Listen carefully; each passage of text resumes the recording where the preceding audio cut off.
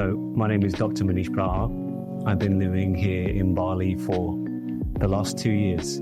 It's actually coming very close to the anniversary of my arrival here, and I absolutely love this place. It was a journey of almost 2 years of traveling around the world, looking for a new place to call home. I'm raised in the UK, born in London, and going to many of these powerful, energetic spots around the world. Took me to Visa, Costa Rica, to the Sacred Valley in Peru. And as much as I really enjoyed these places, they just didn't feel like home. And after arriving here in Bali for 1 week, it was just so clear. Sometimes when you're really meant to be somewhere, you feel a response from the land, and it's the people that you meet and the energy that you feel, and it was immediately clear for me. And so now I'm building a place here, and I'm super grateful to call Bali my home. So I do many different things. I have trained as a general practitioner, a medical doctor, and I see clients in the UK 2 days a week. I also hold healing workshops and retreats here in Bali, and I produce music and hold conscious events. So they're alcohol-free dance community connection events where people can be free to express themselves and celebrate life. So I'm really interested in the subconscious mind and how my subconscious mind is programmed by the experiences that we have in the first 7 years of our life. And so one of the earliest memories I have about being a doctor is my aunties or my parents coming up to me and saying, "Oh, you're so smart, you're going to be a doctor when you're older." And I guess from that young age, there was a part of me that perceived being a doctor to be the highest achievement that I could accomplish. And so as I studied really hard and I progressed, it became an aspiration of mine. And it was only when I actually started training as a doctor that I realized that there was such a passion there for me, because I get so much fulfillment for being in service. And it was a career that really enabled me to do that. Yeah, I trained in the UK at the University of Manchester. It's 5 years at university and then a minimum of 5 years of training as a doctor while you're working in either a hospital or in a surgical practice, depending on what you choose to go into and specialize in. And I would say that I loved it. I really enjoyed it. The opportunity to go to university and to have that freedom and to express myself in new ways as to when I was living with my parents up to the age of 18. Yeah, it was wonderful. And it was a lot of hard work, but at the same time, I was doing something that I was very passionate about. So it went quite easily. I would say that, when you are disconnected from how you actually feel in yourself and you pay very little attention to it, it can be hard to tell.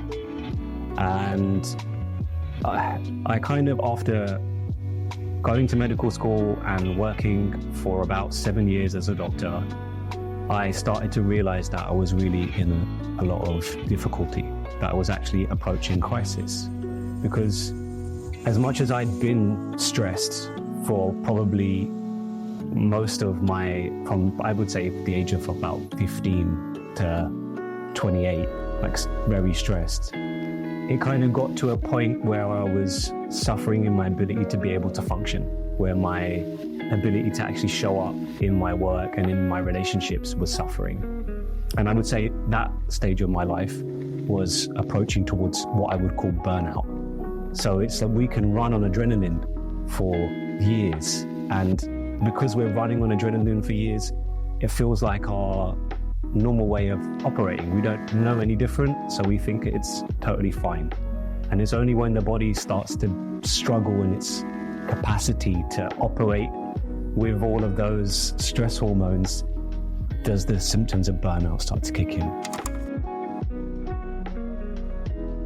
I wouldn't say depression and burnout were the same, because I wouldn't say that I was struggling with very low mood.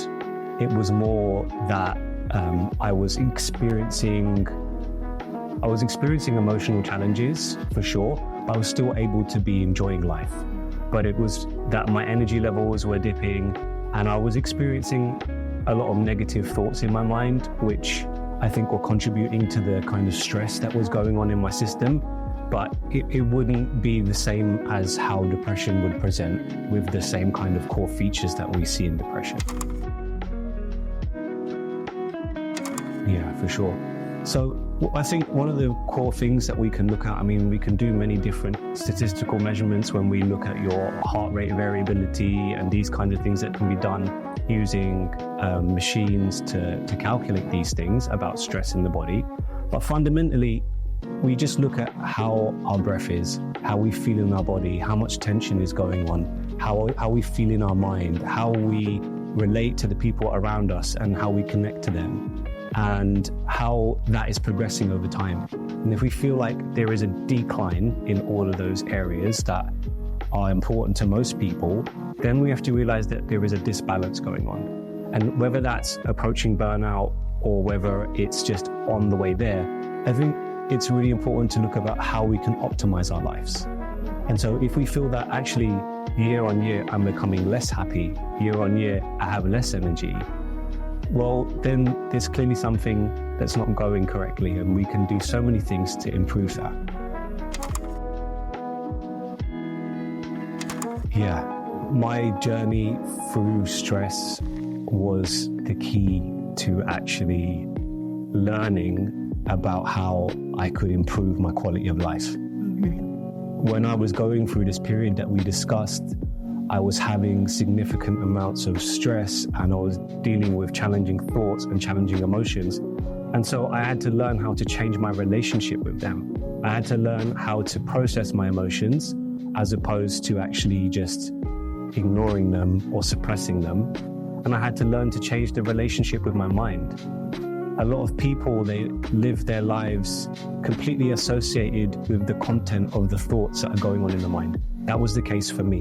If my mind would tell me a story about something in my life, for example, a relationship with a colleague or what someone thought about me, I would believe it, and it would then have an impact on how I felt. Through practicing meditation, that relationship with the mind changed. So where I'm at now with that is the mind still does its thing. It still tells stories about things.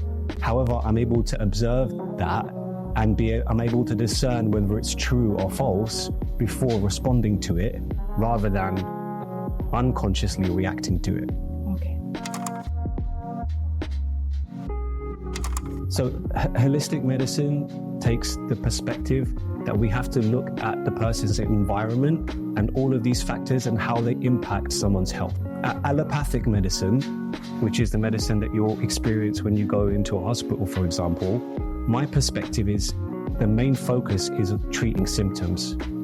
So if you have a certain illness, the medicine will be focused at helping to support you in those symptoms. So if I have joint pain, it will be helping to relieve the pain in some way, either through surgery or through medication. Now, a holistic approach will be looking at your diet, it will be looking at your relationships, it will be looking at your dietary intake, it will be looking at the source of the water that you're taking in.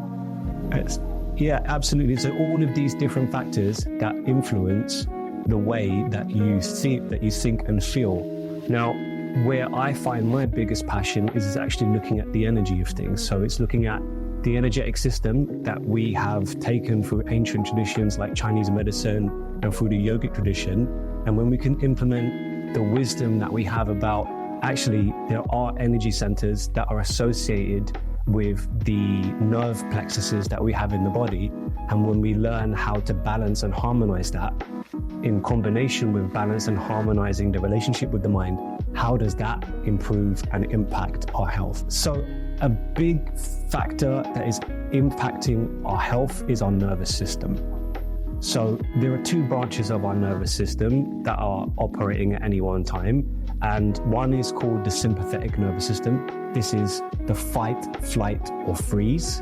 And the parasympathetic nervous system. This is the rest and digest. Okay, so the fight, flight, or freeze, it was developed for us to run away from things that were life-threatening. So when we were hunter-gatherers, there would be a tiger and we would have to run from the tiger. And so as soon as we saw that tiger, many changes would happen inside of our body physiology to optimize the energy for us to run away as fast as we could.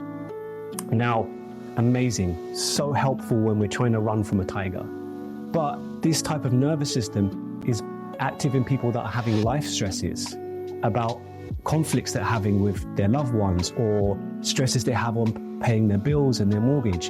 And when this happens chronically, so they're in this state all of the time, the stress hormones that they're releasing in their body are raising their heart rate, and they are changing the blood flow to their digestion. It's suppressing their immune system. There are so many different changes that are happening as a result of this. Now, if you have a suppressed immune system that's not operating at full potential for months or years, well, you're going to get more infections. You're going to have cancer cells that the immune system is usually destroying as part of its role, actually proliferating, growing, and spreading. And so that's just one example. And we look at heart attacks and strokes and how they're more likely to happen if your blood pressure is raised. And if you're having stress hormones like cortisol going around the blood, they're raising your blood sugar. So that's increasing your risk of diabetes. And yeah, all these different chronic medical conditions have a role with stress. So when we can actually work at the level of the nervous system and bring harmony, taking someone from the fight, flight, or freeze and into the rest and digest, or at least creating a balance between the two, the rest and digest is where we heal. It's where our cells regenerate. And if we don't know how to actually put ourselves into that place because we've chronically been in fight or flight, then we're really not going to come into a state of harmony inside of the body. And that is also having impacts on our psychological and mental